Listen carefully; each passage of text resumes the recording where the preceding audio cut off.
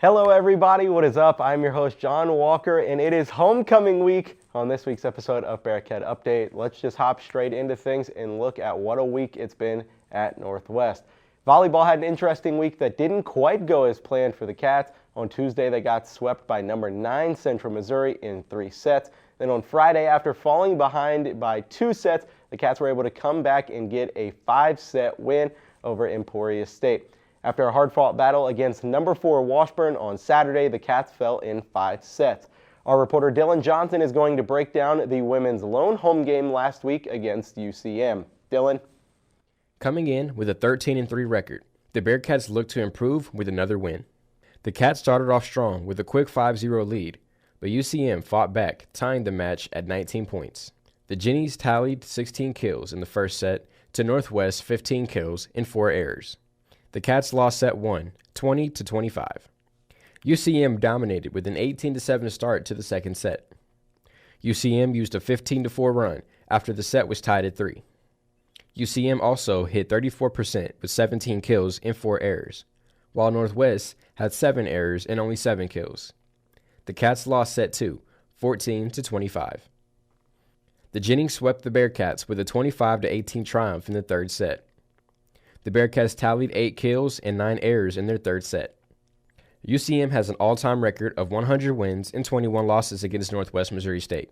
Hannah Cole had a team's best 13 digs. Maddie Aarons dished out 22 of the Cats' 29 assists, while Morgan Lewis led the team with 8 kills and 3 blocks. Reporting for Bearcat Update, I'm Dylan Johnson.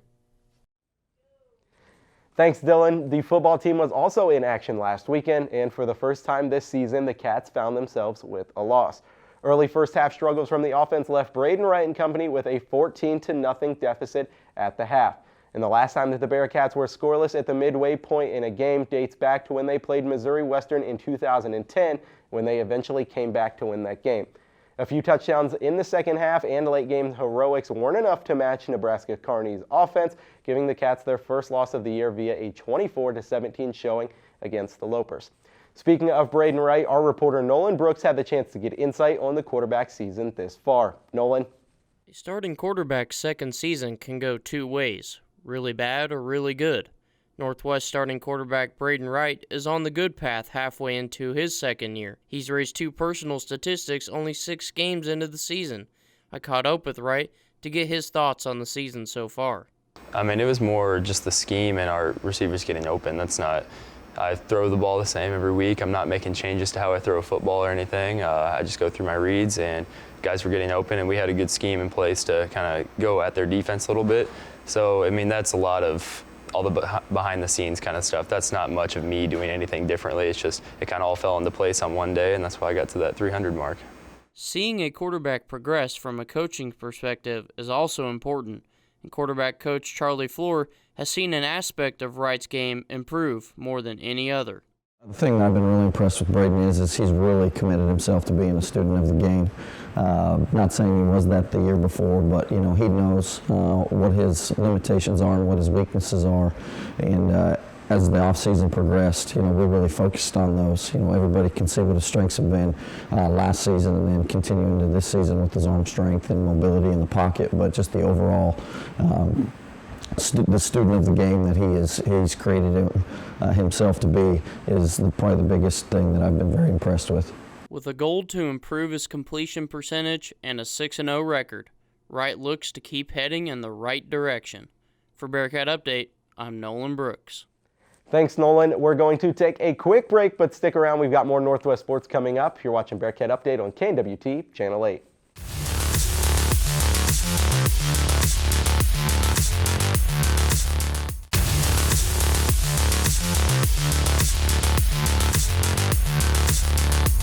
Welcome back to Bearcat Update. Up next on this week's segment of Walk the Line, we switch things up a little bit. And earlier last week, before volleyball made its road trip, I was able to catch up with junior Hallie Sidney. How are we doing, guys? I had the chance to catch up with junior volleyball player Hallie Sidney, and so we would just hop straight into it. You guys got off to one of the best program starts, and I believe since 2015 or 2016. Kind of looking back on the beginning part of the season, how did that feel for you guys? I think it was just awesome. We definitely came in to the season kind of unsure, but like a positive unsure Right. of what was going to happen. So I think just at the beginning of the season, we found our flow really fast, and that was great. It was a great start. So just finding that again, and then pushing it to the end of the season. And then, you know, Coach Worth said that your guys' motto this year is brick by brick. Kind of what does that mean to yourself when you take back and encompass that motto? Yeah, so in our locker room, we actually put together like a brick wall, and we put our names on each brick.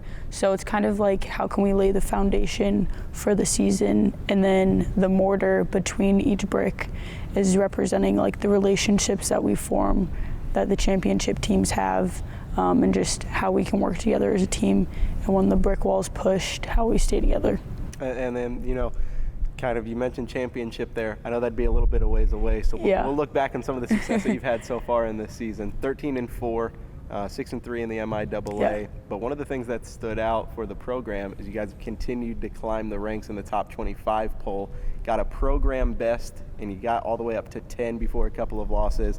How was that in the locker room between the girls? Like, how cool was that to know that you guys are the 10th best team in the country? I think it was like awesome to get that recognition, but our ultimate goal is to be our best at the end of the season. So it was cool to like have that, but it doesn't mean as much as a conference championship at the end of the year. So just looking at that, accepting that it's cool, and then just focusing on getting better. And then you guys get a couple more matchups against some of the top teams in the MIAA towards the rest of the season. How are you going forward about that, knowing that you want to be one of those teams that is possibly an MIAA champion? Yeah, I would say just every day in practice, we're focusing on getting better, 1% better every day, and then working on creating those relationships, how we can work better as a team.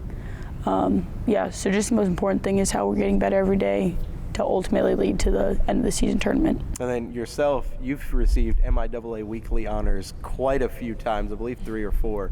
How cool is that for yourself to know that you're recognized as one of the better players in the MIAA week in and week out? I think it's nice to be recognized, but again, like the most important thing is the team. Right. So just looking at how my teammates have helped me get there, and then like Mayor Maddie Aarons, she's been giving me great balls, and then just how the team's doing good, not just me as an individual. Right. And then, you know, you guys get a lot of your remaining games left on the road. You're 3-1 on the road, 3-3 at home, 7-0 in neutral sites. I don't know if you knew that. No. But is there something just on the road, like you go into an environment like Pitt State, Missouri Southern, Nebraska County, whatever, and is it one of those, okay, it's us against the world in this environment? Is that kind of one of the mentalities, or what's up with the road success? Something we say is like road warriors. So like, how can we get into a gym and make it our own home? So I think that's the look that we have going into it. Like, no matter where we are, like there's always a ball in the middle of the court. There you go. But, Hallie, thank you so much for joining us today. That looks like it's going to be all the time we have on Walk the Line or Sit the Line this week. We will catch you guys right after this break. You're watching Bearcat Update on KNWT Channel 8.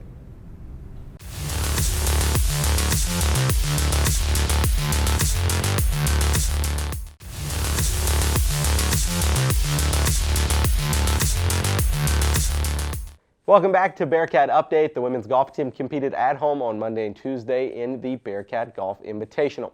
The Cats came out on top, placing first in the meet, marking the first team win since 2016. The Cats were led by Morgan Teal, who is the first golfer to take home medalist honors as an individual at a tournament since 2016 as well. Teal matched the best 36-hole winning score in Bearcat history with a total round of 152. The team shot a score of collectively 324 to capture the win. Both Maddie Akers, who took third, and Anna Zeck, who tied for fourth. Our reporter Sydney Garner caught up with a couple members of the team on their thoughts so far this season. Sydney? The Northwest Golf Team finishes the season strong during the Bearcat Golf Invitational. We met with golfer Morgan Teal and graduate assistant Spencer Osborne as they sum up the season.